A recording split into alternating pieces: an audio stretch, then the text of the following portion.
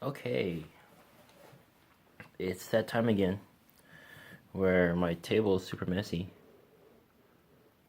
but I have something new. Some people don't know, but I have actually cleared out some of my gaming space and sold off a few games, a few really good games. Well, one of my favorite games, and a couple of pretty good games, popular games in the gaming community. Um,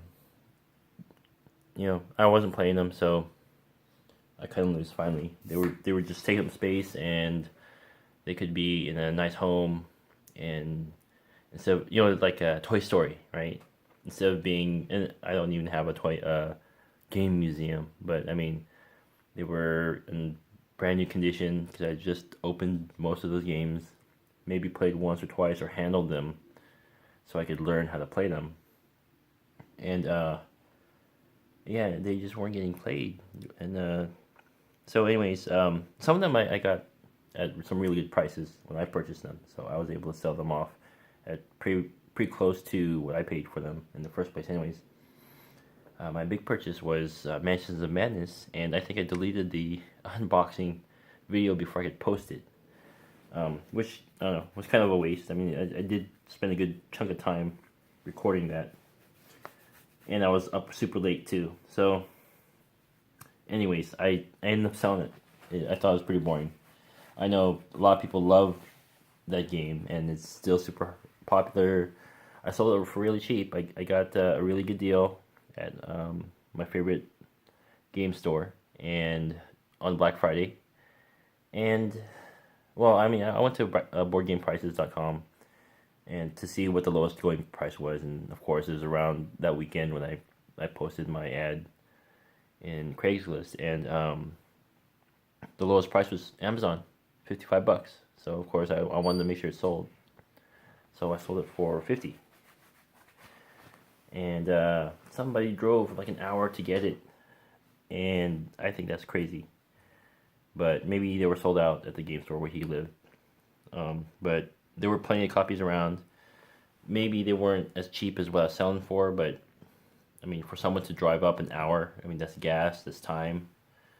That's 2 hour commute out of his way. I thought he worked in the city I live in, and when I asked him, he was like, no, I drove all the way up 45 minutes, an hour, just to get this game. I was like, okay. He got a good deal. For all I know, he turned around and sold it for $100. He could have. There were a lot of people selling it for way more, or auctioning it for way more on eBay. But I needed to sell it. I needed the money. So, anyways, I got something I think is better for me.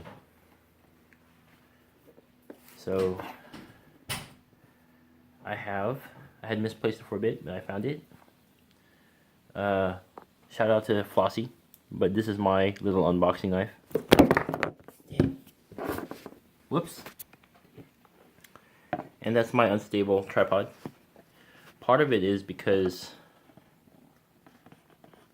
it's not really stuck on my tripod because my case is kind of like faux leather, and so it doesn't really. I think it's leaning too far too. So let's tilt it back. Tilt it back a little bit more support in the front. I need better options for this. I need a real tripod is what I need. Okay. So I didn't nudge it. Well, I'm charging my phone right now, so the cable's hanging out, and I think I nudged the cable and knocked the phone off the charger or the tripod. Anyways, let's see if I can do this without knocking my phone off a little stand here.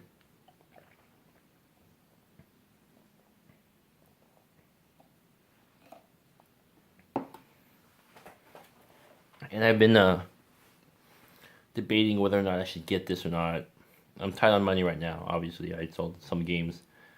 I got some roommates now. I mean, that's not news. It's new since this month, but yeah.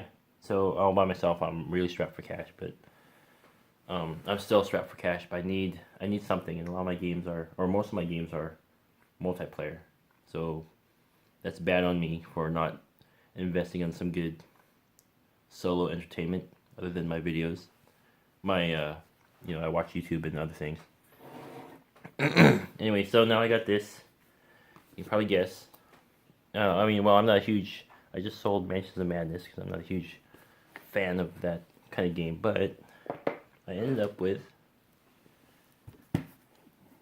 Arkham Horror, the card game. I've actually been really looking forward to this because of the character development element to it, and I'm slightly torn because I really wanted to dump a bunch of money into Lord of the Rings adventure game. I still am likely to do that. It supports solo play, but because it's got so many adventures, you can add on so many adventures, and the play within those adventures is is fairly varied, right? And one of the caveats of this Arkham Horror game is it follows the trends of like the legacy games, or like I would say more like time stories, right? Where you'll play through the adventure, 2 or 3 times, and then you'll get bored. You're all done with it. Um, I'm hoping, and I know it's a big hope, but I've seen the expansions for Arkham Horror, the LCG, and they're gonna. This costs $40 MSRP, right? There are some places I could get it for a little bit cheaper. My favorite place, I won't name it, but my friends know which seller it is. But I don't want to get any smack talk from anyone. But one of my favorite online sellers, and a lot of sellers do this too now, but they have that FedEx handoff to USPS, and their local post office usually loses all my packages or delivers to the wrong places, and then have a hard time recovering it. So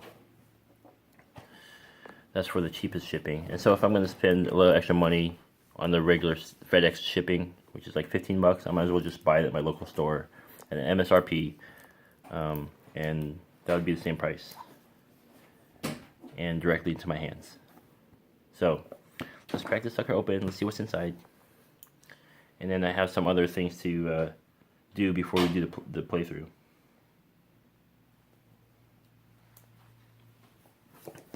So anyways, I was looking at the expansions online on the Fantasy Flight games page, and it looks like they want to sell expansions. They're like that's one of the things I didn't like about Mansions of Madness. Now I had the second edition, right?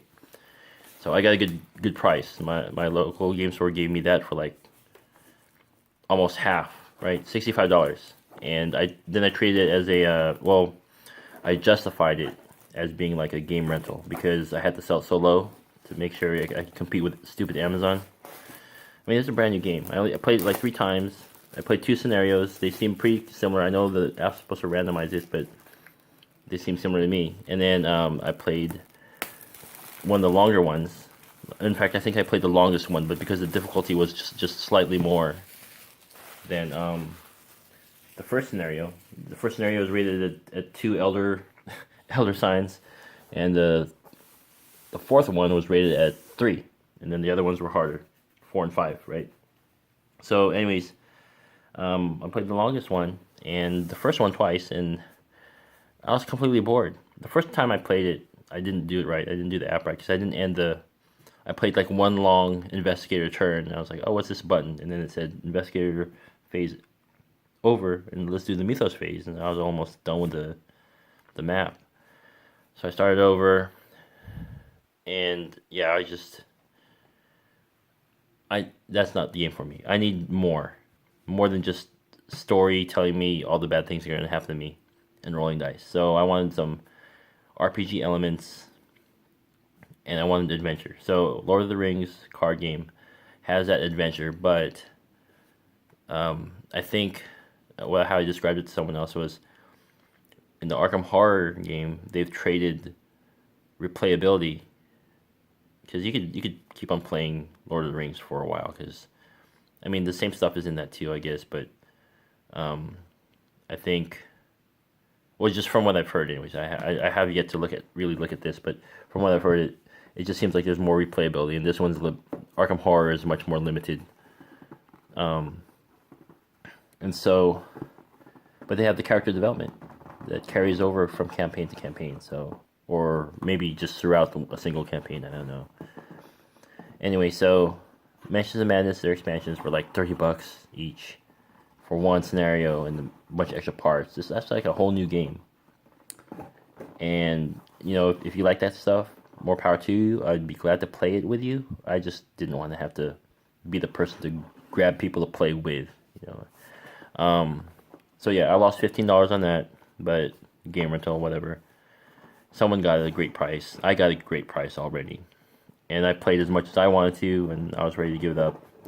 My personal friends were not so enthused to try it out, right? I mean, I'm sure they would try it when they found time, but you know, to get my money's worth out of it, I don't think I could have done it in the time that I had it. So anyway, so yeah, I let that go, and then Terra Mystica was the other really popular one. I had that for like 2.5 years, or over 2 years when I first started building up my collection, and I had not played it since I got it. I mean, I played it. I played someone else's copy, and I realized by that time I was like, yeah, it's not as interactive as I would like it to be. I would rather go back to Catan, if you can imagine that. And I got Terra Mystica because I didn't want to play Catan anymore. So that should give you an idea of what direction I was going towards in my gaming collection. So hopefully Arkham Horror won't disappoint me in that way. That it'll have that character development and adventure that I want. And then, you know, I mean, the expansion is $20, $25 each month. That's a bitter pill to swallow. Because again, that's a whole new game a month, and I mean the whole LCG. I have this whole thing about the LCGs and stuff, how they're actually much more expensive than collectible card games because of the way they're structured and things. But because you know, they get rid of the collectability of it, but it's still very expensive. When you tell me in Magic I can buy, you know, a fat pack, right, and a couple starter decks, or I could just buy a fat pack and make a few decks out of that, right? Maybe have to buy some lands, or I could buy a box with a friend, you know. A box is what, like about $100, maybe a little more, depending on if it's a brand new set. You know, I have games. Terra Mystica was like $80 in the stores when I got it. I got it for cheaper, but when I got it, it was $80 brand new in the store, and maybe you play that 3 times in the year. You spend $100 on a box of Magic cards, you make 3 or 4 decks out of it. You buy some extra lands.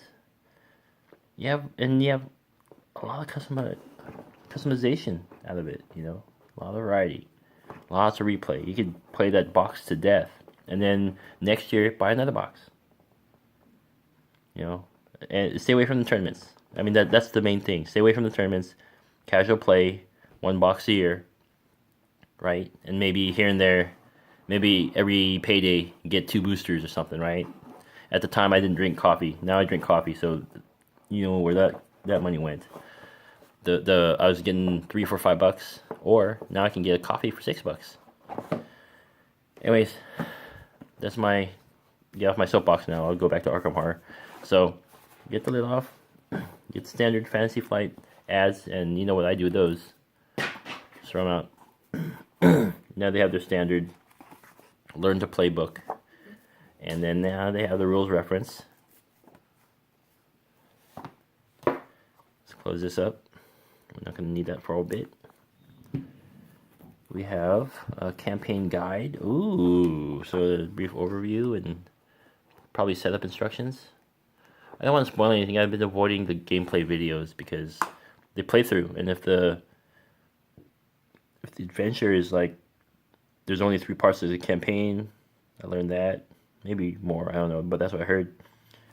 And after a couple of plays, right, and so what I was getting at was you need at least 2 core sets to be able to have all 4 decks built at the same time. And that's stupid in my opinion. It's $80. No problem. And so we have these little cards. I don't know what these are. Must be character cards.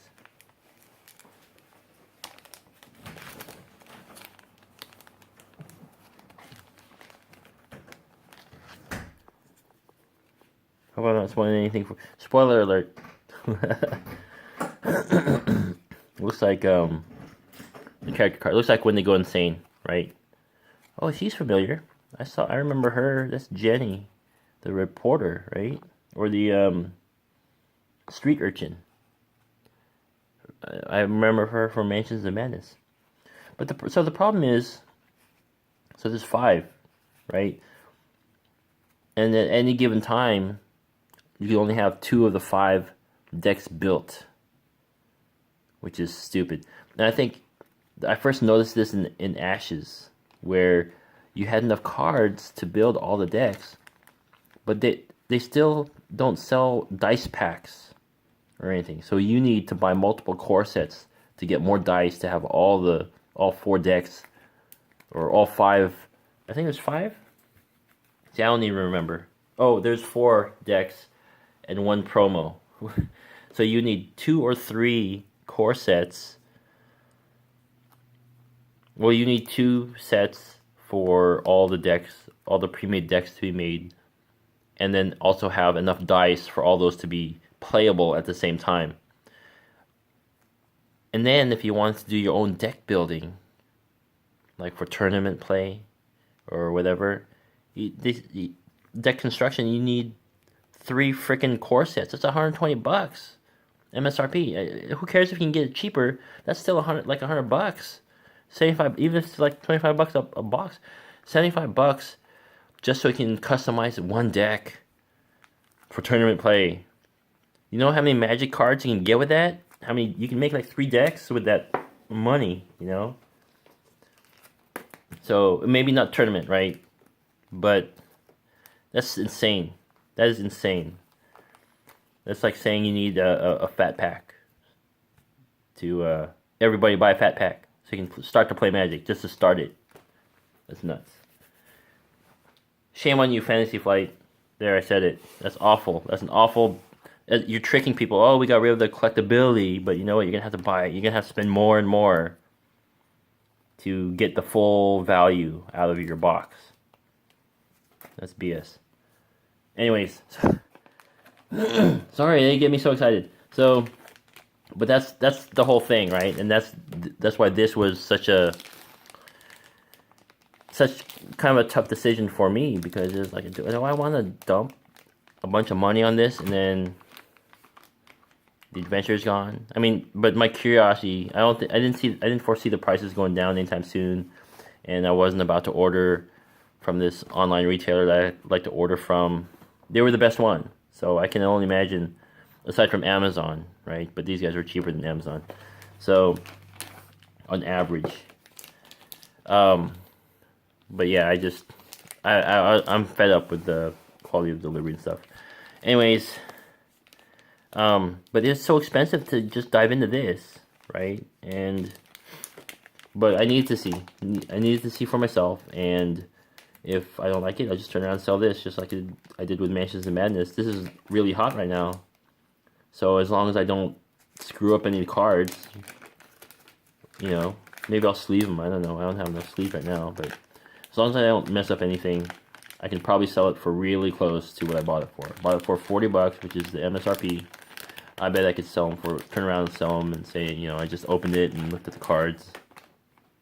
Sell it for $35 locally, like if someone lives in the same city, or sell for 30. Actually, I'd have to probably lose a little bit more on that. So I could sell for $30. That's fine. This is like the same price as renting for a week at another local store. So whatever, that's fine. I'm willing to do that. Or I can just keep it and I can save a little money. And by the time the 3rd or 4th expansion comes out, I could get the next one over, spend $20-25. Maybe I can find a used one somewhere. Who knows, right? Someone else who's upset by this business model and had decided to give up before I did. So let's see this real quick. We have a character here, and a bunch of cards. Well, these are all the character cards. Looks like, right? And these are probably all their cards mixed up in here, or maybe not mixed up, but like stacked upon each other. Gathering. Well, that looks like this actually looks like an adventure. There's like setup instructions or something. Let's see. Obviously I don't know how this works, but I just pulled out a bunch of the character cards. Oh, it's Wendy. Sorry, I called her Jenny, but Wendy. I knew who she was. She was in Mansions of Madness. She was one of the playable characters. And I should have learned my lesson. I'm not a huge fan of Arkham Horror. In fact, I'm one of those people who, well, I believe you either really like it or you don't. And I'm one of those people who does not like it at all. And I took a risk with Mansions of Madness because it was a good price, right? Why not? And I didn't lose too much on it. And I gained on Terra Mystica because when I had set the price, someone already agreed to purchase it. They got a good price, and I remember when another store was liquidating, I was able to snag Terra Mystica at like half of MSRP, or less than half, right? I got it for like $30 or something, and I sold it for $40. So I only lost $5 net on that. Well, I lost a little more. I had to drop a different game lower than I wanted to sell it for, but most of the games I sold for whatever price I gave. So not a bad turnaround. And finally don't have those unplayed games mocking me every time I saw them. So these look like more like the character cards. They've got like, I don't know. You know the structure. You got artwork, and then you have something on the bottom, and then some requirements, payments, or whatever. Looks like it says asset and whatever that star is. I know, I just learned, my brother was teaching me Netrunner yesterday, and so when I read asset, I'm starting to think of those things. Then there's events. Yeah, so these actually look like the player decks right here, to me. And then the other ones did not have stats or anything on them. I would say that those, right, there's numbers in here, like costs to play these things, and different symbols to like denote the different character base sets, right? This is red, this is purple. Yep, looks like it. And then these are the adventures, right? There's 3 campaigns in here, apparently. And these look great. These are beautiful cards. It's a beautiful artwork. I like that. In fact, I like this much better than... I don't know what all the Arkham Horror cards look like, but I'm willing to bet that these are not exactly... Maybe like an Eldritch Horror, right? I haven't really taken a good look at that game. But, let's see if that will focus. Because it looks really good. There, boom. Focus. Right. I'll just show you some titles and things really briefly, just so you can look at the artwork. It's awesome looking. Oh, that looks like a fancy card. So I'm not going to shuffle these yet because I don't want to mess up anything and potentially spoil something for myself. Let's look at these character cards. They're double-sided. You got, this look like a flavor text or like their backstory. Oh, it's their setup. Deck building options and requirements. And then these are their stats. I'm really curious how the characters develop in this game, because I actually have not seen or heard a mention of it specifically. Just that this is an awesome game and you should get it. So what it came down to was, because I had been watching a number of games. I'd been watching last Friday, and I pre-ordered that, and it got delayed. Also on that same pre-order, I had Reign of Cthulhu and Dragon and Flagon. While I'm still really curious about that one is harder to find that I've seen. I haven't seen them in any of my local game stores. I haven't really asked for it, but I mean, just walking in and looking around, I haven't seen it. And I've seen everything else. Last Friday, Reign of Cthulhu has been out for a while. Anyway, so last Friday was delayed, so I canceled my pre-order, and then I never got Dragon and Flagon and Reign of Cthulhu. I played Reign of Cthulhu, and it's okay. I played it a couple times. It was alright. And my brother ended up getting it, so I can always just borrow from him. Last Friday, I'm really curious about it. I would love to have it. It's pricey, unless I buy it from that one store, but then I risk not getting it or something happening. Waiting extra long to get it or whatever. So, and my gaming group is not like super enthused about playing hidden movement games. I love them, but we all like our different ones. I have Spectre Ops, and the last time I played it, I didn't remember half the rules, and so everyone had like a really bad experience, and so I feel kind of bad about that. But now when I bring it up, nobody seems to want to really play it. Fury of Dracula I played. I like that, but it's a long game, and Spectre Ops is much shorter. Finally played Letters from Whitechapel. That was the easiest to teach and to learn. And you get that same excitement, but you don't have like the special powers. The border's pretty big.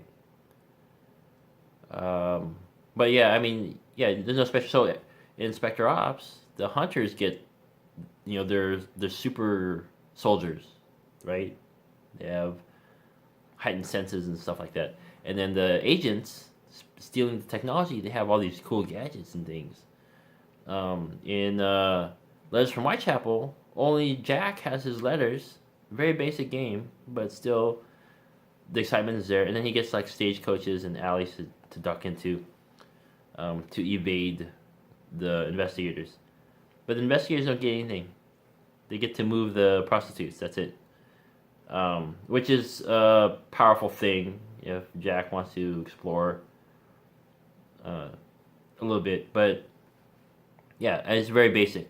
And Fury of Dracula is really fun too, but there's no way to really corner Dracula. He can just jump over the ocean and people chase him, right? And when you confront him, you only get to punch him like 2 or 3 times. So unless a bunch of you have got him in a fight, there's 2 or 3 of you there.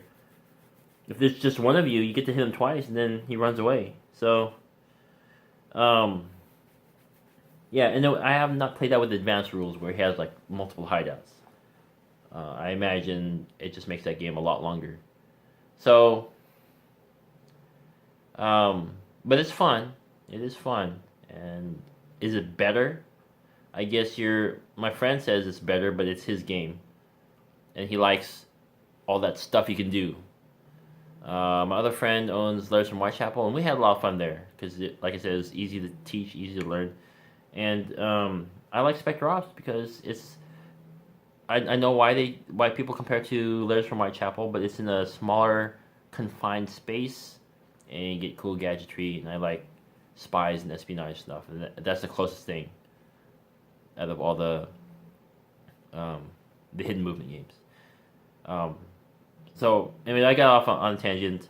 What I was getting down to was I'd been watching a bunch of games, a lot of games, and a lot of them turned out kind of disappointing, really interesting, but kind of disappointing. The only one that could keep up the hype was Arkham Horror LCG.